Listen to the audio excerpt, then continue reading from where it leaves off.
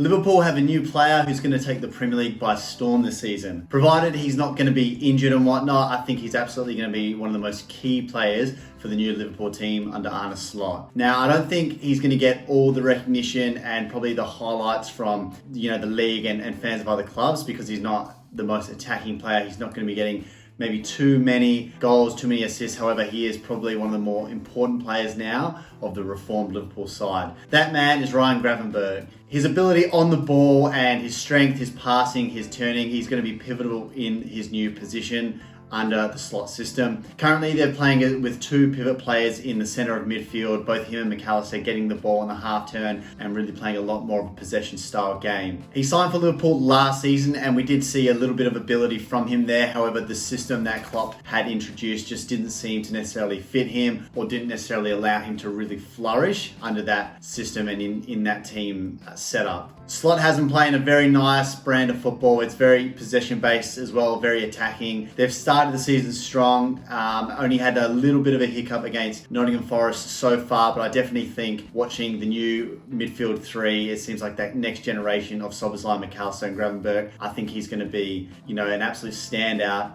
amongst those three players and the Liverpool team, of course, provided he can stay fit. And obviously, I think he's going to be one of the first names on the team sheet going forward. I think it was obviously big news that Liverpool did go into the market over the summer trying to find a defensive midfielder, and when things didn't quite work out for them, it seems they've stuck by their guns, back their existing players and not necessarily made a rash decision and just panicked and bought someone else as a second choice. They've just decided to double down on the players they've already got in place, which includes Gravenberch himself. This season, we've already seen him absolutely control the midfield. He's very strong, he's big, he's very dominant. I think going from a midfield for Liverpool fans, obviously having people like Wijnaldum, Milner, Henderson, these are obviously very experienced players, people who will do a job, absolute workhorse in a midfield. However, probably don't have necessarily the finishing touches to really be that skillful and control a midfield. They're going to be more those kind of grafter type players who are going to be doing a solid job,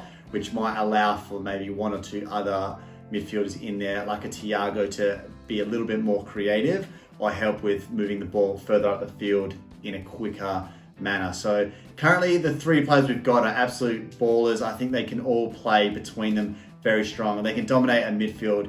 I mean, they're still quite young and very new in regards to playing with each other, and I think it will take time for them to build up a bit more of a reputation as a strong midfield, especially if they need to win a few trophies and whatnot and really cement themselves there. But as a fan, it's been really refreshing to see that. I think I've got pretty decent expectations of them now, having seen them play a few games together. And like I said, the new system seems to really suit those three and how they play, in particular Gravenberch, because we did see last season some pretty impressive football from both Szoboszlai and McAllister. They obviously had slightly different roles in last season's structure, and I think they definitely did impress me coming through, and I was quite confident. But just whether or not the third man to be in that midfield, I didn't necessarily know or realise how good Gravenberch was going to be, and the fact that he would be able to just kind of come in and really step up and really help with the balance of that team. The way he can take a ball on the half turn, and even once he gets it, he's more than able to take on a player or two if needed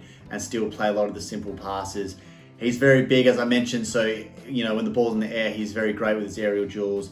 He's putting in a tackle, he's very strong, and I think he's got a bit of a mission. Well, I think he's got a bit of a personal vendetta, given that he went to the Euros and didn't play a single minute. I think he feels a little bit hard done by, and he really wants to prove himself this season. And obviously, Liverpool's brought in a Dutch manager. We've got a Dutch player there as well, and obviously Gakpo and Van Dijk also there. There's a little bit of a contingency starting to happen. So yeah, I definitely think he's one to look out for this season. Like I said, he might not necessarily get all the plaudits really jumping on the bandwagon, because he's not like your Salah or maybe a Mane of recent, where they are getting all the headlines through goals and assists and creating all these things like a Haaland or Odegaard or Saka or whatever it might be. But he's someone who's really going to be putting in a serious shift every single game, and maybe going forward he might be more of a Rodri. Rodri's obviously got the passing, and I think now is starting to really get the recognition that he deserves, given the ongoing success of Man City, and even at a national level where Spain have won the Euros and he's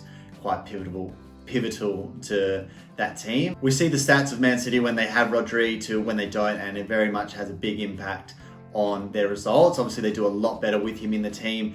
And again, he's not necessarily scoring all the goals or creating them, but just what it allows him over a 90-minute game to really control and dominate the midfield obviously flows then through to Man City being able to score more goals or concede less goals, which in turn wins you these games. So yeah, I think from my experience, it's been really exciting these first few games to see Gravenberch come alive. You know, a player that we obviously had last season and probably didn't get the best out of him. It seems like he's really going to be that guy that we can hang our hat on and back going into any game. We've seen him obviously in the Champions League now and against Man United. We've seen them put in a really solid shift and control that game. And obviously Man United going through a bit of a transition. They're not the best team going right now, but at the same time, they do have really strong midfield players, whether it be now or at least historically with, you know, Fernandes, Casemiro, all these guys. Kobbie Mainoo is obviously a great player as well.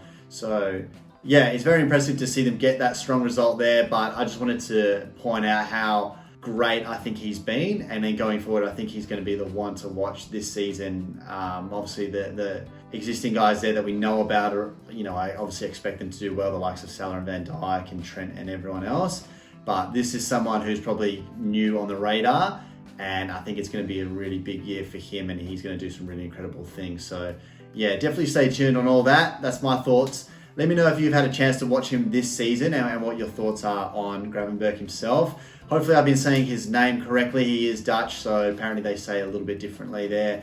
I've tried my best, but yeah, drop in the comments what you think of him, who you think will be Liverpool's player of the season. Will it just be Salah again? Will it be one of the old school guys, Van Dijk? Who knows? But yeah, thanks for watching. Make sure you hit that like button and subscribe, and I'll see you in the next one.